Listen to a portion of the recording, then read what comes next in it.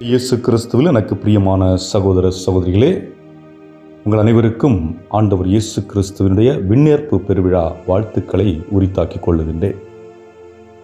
இந்த விண்ணேற்றம் என்பது மிக முக்கியமான ஒரு பெருவிழா. அதாவது பழைய ஏற்பாட்டிலே இறைவாக்கினர் எலியா கடவுளால் எடுத்துக்கொள்ளப்பட்டார் என்று சொல்வதுண்டு. அன்னை மரியாள் எடுத்துக்கொள்ளப்பட்டார், அதாவது விண்ணிற்கு எடுத்துச் செல்லப்பட்டார். ஆனால் இங்கே இயேசு விண்ணிற்கு எழுந்தருளினார். அப்படி என்றால் அவர் தன்னிலே வல்லமை கொண்டவராக தானாக எழுந்தருளி சென்றிருக்கின்றார். அன்புக்குரியவர்களே, நாம் கிறிஸ்துவை பின்பற்றுகின்றோம் என்றால் இரண்டு நிலைகளில் பார்க்கலாம். ஒன்று, அவர் வாழ்ந்த வாழ்க்கையை நமதாக்கி நாம் அவரை போல் வாழ வேண்டும் என்று ஒரு மனிதன் எப்படி வாழ வேண்டும் என்பதற்கு ஒரு எடுத்துக்காட்டை அவர் விட்டு சென்றிருக்கின்றார்.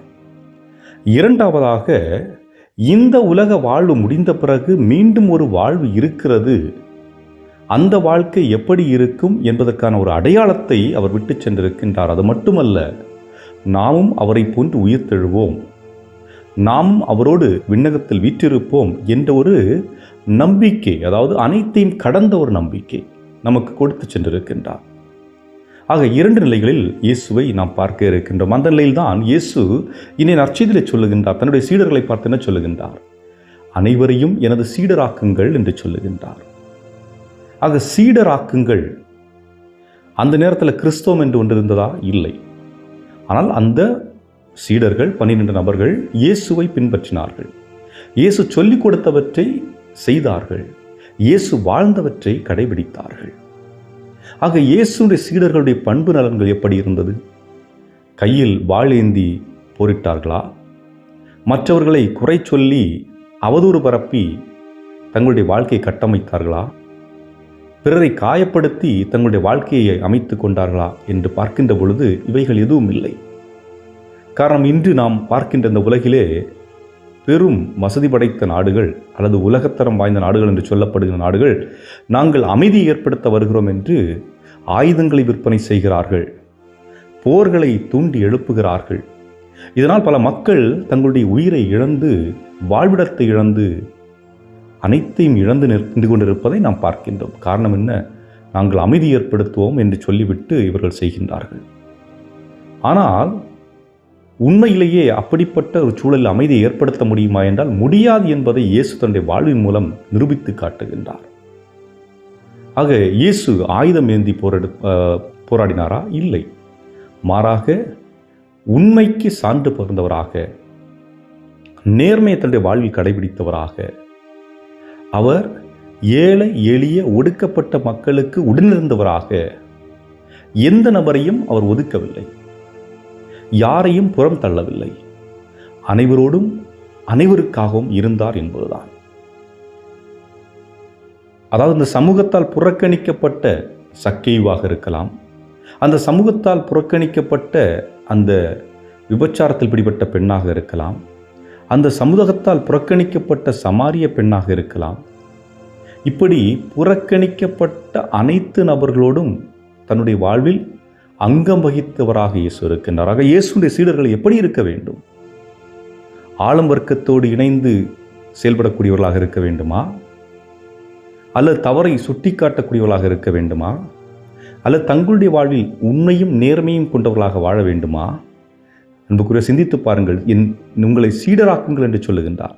ஆக இயேசுடைய சீடர்கள் எப்படி இருக்க வேண்டும் என்ற ஒரு பண்பு இருக்கிறது. அந்த பண்பை நாம் வாழ்வாக்குகின்ற பொழுதுதான் உண்மையிலேயே நாம் சீடர்களாக வாழுகின்றோம் என்பது. ஆக அப்படி சீடர்களாக வாழுகின்ற பொழுது நாம் இயேசுவை பின்பற்றி கொண்டிருக்கின்றோம். இயேசுவை பின்பற்றி கொண்டிருக்கின்றோம் என்றால் என்ன?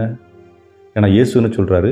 நான் முதலில் சென்றுவிட்டு தூய ஆவியானவரை அனுப்புகிறேன். அதாவது இயேசு விண்ணிற்கு எழுந்தருளி செல்வதற்கு முன்பு வரை சீடர்கள் அவர்களுடைய கண்களால் இயேசுவை பார்த்தார்கள். ஆனால் இயேசு தூய ஆவியானவரை, அதாவது அவரே இறங்கி வருகின்றார். ஆவியானவருடைய வடிவத்தில் இறங்கி வந்து ஒவ்வொருவருக்குள்ளும் செயலாற்றி கொண்டிருக்கின்றார். கண்களால் பார்க்க முடிவதில்லை, ஆனால் நம்முடைய உடலால், நம்முடைய அகத்தால் நாம் உணர முடியும் இந்த இயேசுவை, தூய ஆவியானவரை. ஆக அவர் நம்மை விட்டு செல்லவில்லை. நம் வழியாக அவர் வாழ்ந்த வாழ்க்கையை மீண்டும் இந்த சமூகத்திலே செய்து கொண்டே இருக்கின்றார். காரணம் என்ன? மனிதன் தொடக்கத்திலிருந்தே சுயநலவாதியாக, கீழ்ப்படிதலற்றவனாக, பொறாமை கொண்டவனாக, பழிவாங்கக்கூடியவனாக, அதிகாரத்தை கையிலெடுத்து மற்றவர்களை அடிமைப்படுத்தக்கூடியவனாக இருப்பதை பார்க்கின்றோம். ஆக இந்த நிலையில் இது மனிதத்துவம் அல்ல. அனைவரையும் சமமாக பார்க்க வேண்டும். மனிதர்களுக்குள் ஏற்றத்தாழ்வுகள் இருக்கக்கூடாது. அன்பை பகிர்ந்து வாழ வேண்டும். விட்டு கொடுத்து வாழ வேண்டும். எந்த சூழலிலும் தன்னை பிறருக்கு அர்ப்பணிக்கக்கூடியவர்களாக இருக்க வேண்டும் என்பது போன்ற பண்பு நலன்களை இயேசு தன்னுடைய வாழ்வின் வாயிலாக நமக்கு தெளித்து விட்டு சென்றிருக்கின்றார். ஆக இவற்றை நமக்குள் கொண்டவர்களாக இந்த விழாவை நாம் கொண்டாட அழைக்கப்பட்டிருக்கின்றோம். இயேசுனுடைய விண்ணேற்றம், இயேசு விண்ணகத்திற்கு எழுந்தருளி சென்றார். இதுபோன்று நாமும் எழுந்தருளி செல்வோம் என்பது கொடுக்கப்பட்டிருக்கின்ற நம்பிக்கை. அன்புக்குரியவர்களே, இப்பொழுது நம்முடைய வாழ்க்கையை நாம் சிந்தித்து பார்ப்போம். இயேசு உங்களையும் என்னையும் அவரது சீடராக வாழ அழைப்பு விடுக்கின்றார். அடுத்தது என்ன சொல்றாரு? தந்தை, மகன், தூய ஆவியின் பெயரால் அவர்களுக்கு திருமுழுக்கு கொடுங்கள். நம்ம பல நேரங்களில் நினைக்கிறோம் திருமுழுக்கு கொடுக்கறதுங்கிறது மதம் மாற்றுறது அப்படின்னு சொல்லிட்டு. என்னை பொறுத்தவரை திருமுழுக்கு கொடுப்பது மதம் மாற்றுவது அல்ல, மாறாக அவனை மனிதனாக மாற்றுவது என்று கூட நாம் சொல்லலாம். காரணம் என்ன? நீ இதுவரை தவறுகள் செய்து கொண்டிருந்திருக்கின்றாய். அந்த தவறுகளிலிருந்து விடுபட்டு மனிதனாக வாழ முயற்சி செய். அந்த தவறுகளை மீண்டும் செய்யாதே. திருந்தி வாழ கற்றுக்கொள். உன்னுடைய அகத்தை தூய்மையாக வைத்துக்கொள். அப்பொழுதுதான் இறைவன் கொடுக்கின்ற அமைதி உனக்குள் தங்கும். ஆக திருமுழுக்கு என்பது நம்மை தூய்மைப்படுத்துவதற்கு இறைவன் கொடுத்திருக்கின்ற ஒரு அடையாளம். அந்த திருமுழுக்கை பெற்றதனால் நாம் கடவுளின் பிள்ளைகளாக மாறுகின்றோம்.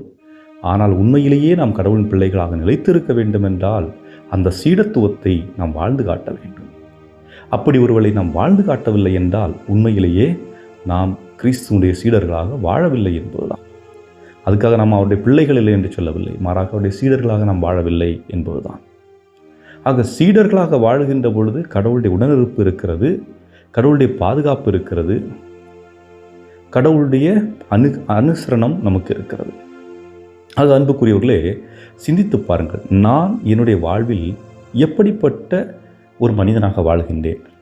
கிறிஸ்துவை பின்பற்றுகின்ற ஒரு மனிதராக இருக்கின்றேனா? கிறிஸ்துடைய அவர் கற்றுக் கொடுத்த விழுமியங்களை வாழ்வில் வாழ்ந்து கொண்டிருக்கின்றேனா?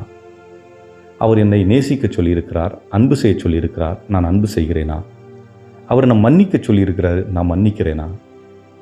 அவர் என்னை ஏமாற்றக்கூடாதுன்னு சொல்லியிருக்கிறாரு, நான் ஏமாற்றேனா? அவர் என்னை திருடக்கூடாதுன்னு சொல்லியிருக்கிறார், நான் திருடுறேனா? அவர் என்னை எல்லாரையும் நேசிக்க சொல்லியிருக்கிறாரு, நான் நேசிக்கிறேனா இல்லை உதாசீனப்படுத்துறேனா? எல்லா மனிதர்களும் என்னோட சகஜமாக பேச முடிகிறதா? எல்லாரையும் கண்களை பார்த்து பேச முடிகிறதா?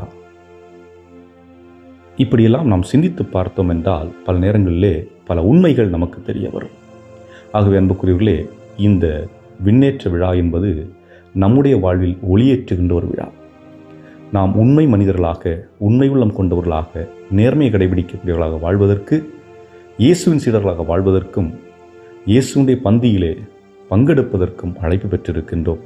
அவற்றை உணர்ந்தவர்களாக நம்மை இறைகரத்திலே ஒப்புக்கொடுத்து இறைவனத்தில் ஜெபிப்போம்.